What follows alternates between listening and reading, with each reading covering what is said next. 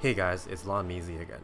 As you guys probably already know, patch 8.1 is slated to hit in less than a month on December 11th. So in this video, I'm going to be going over some of the new ways you can make gold in patch 8.1. It's especially interesting to see what Blizzard has done as they continue to iterate on Warfront and professions. First, let's have a look at what new profession recipes are coming with the new patch. We have the Scarlet Herring lure from leatherworking, which increases your chances of catching midnight salmon, the Enchanted Tiki Mask pet for enchanting, a new Vantis rune for the new raid, a new battle res consumable for engineers, as well as new contracts for the Honorbound and 7th Legion reputations for inscription.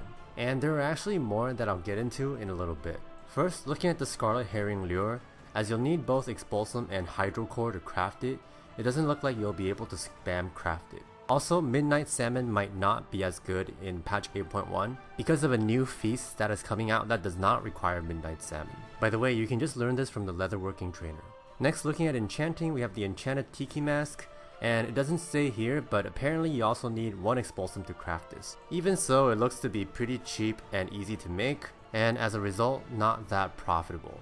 Although we still don't know how we can get the recipe. Next, we have the Vantis rune Battle of the Tsar lore for inscription. If it's anything like its older predecessors, then the recipes will just drop from one of the bosses in the raid. Next up, we have the Engineering Unstable Temporal Time Shifter, which acts as a battle res. Its materials are cheap, but the recipes are not that easy to obtain. Rank 2 comes from either Exalted with the Zandalari Empire or the Proudmoore Admiralty. And rank 3 drops from High Tinker Mechatork in the Battle of the Tsar lore raid. And speaking of this new raid, the new BOP epic reagent that we'll get from it is called the Breath of Bonsamdi. Along with the crafting professions each receiving new BOP epics, they'll also each receive the ability to convert Breath of Bonsamdi to Sanguicell. In addition to that, Enchanting gets something special called Sanguinated Expulsion, which is the ability to then convert Sanguicell to Expulsum, and this actually increases the viability of pairing Enchanting with another crafting profession, preferably on your main. And speaking of Sanguicell, Blizzard has actually added new cooking recipes that use these as reagents.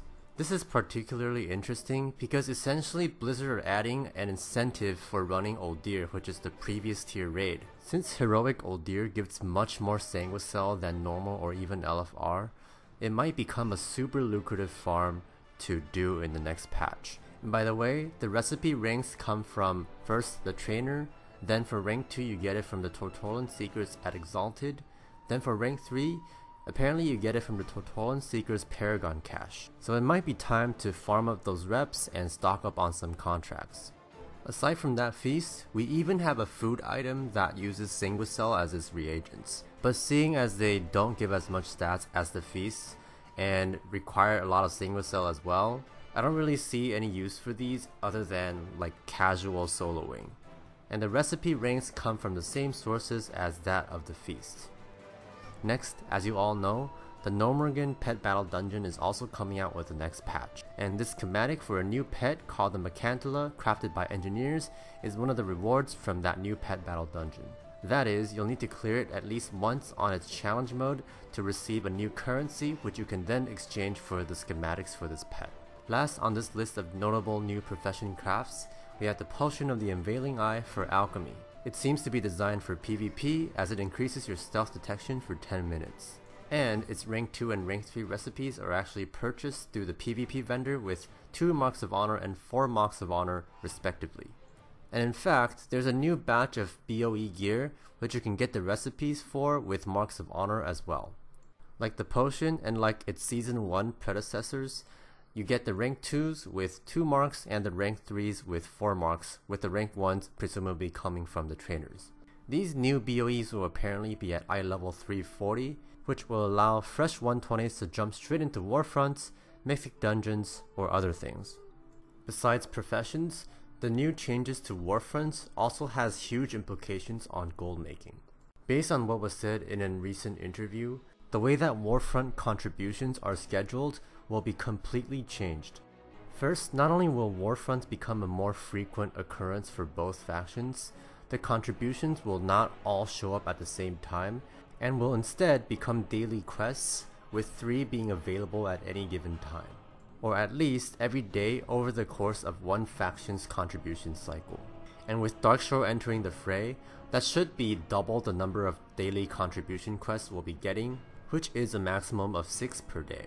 This should mean that as long as people continue to want artifact power, since each profession will have more chances to craft items for contributions, this system strongly favors players that have all of the crafting professions ready for BFA.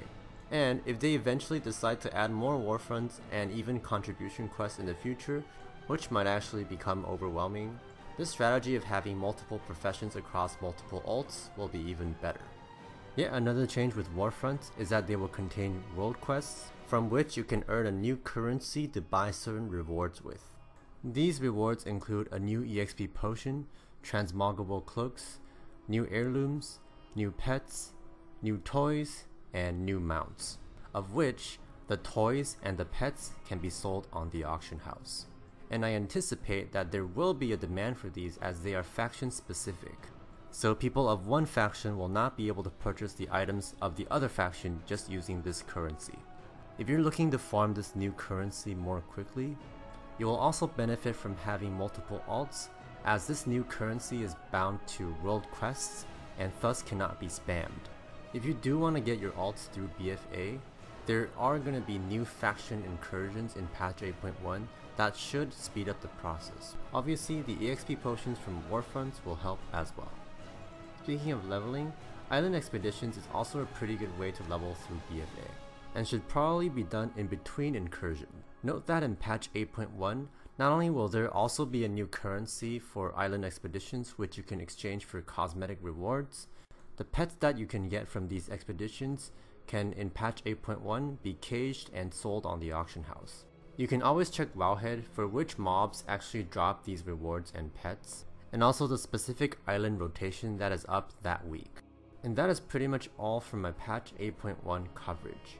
Hopefully patch 8.1.5 isn't too far off, as we'll be finally getting the tools of the trade epic items for each of our crafting professions. And hopefully these are not just flavory but actually beneficial to our gold making potential. And before we go, I'd just like to plug my new Patreon page real quick. Obviously don't feel compelled to donate if you don't have the extra cash, but if you choose to do so, I constantly provide special and exclusive tips to hopefully make it worthwhile for you.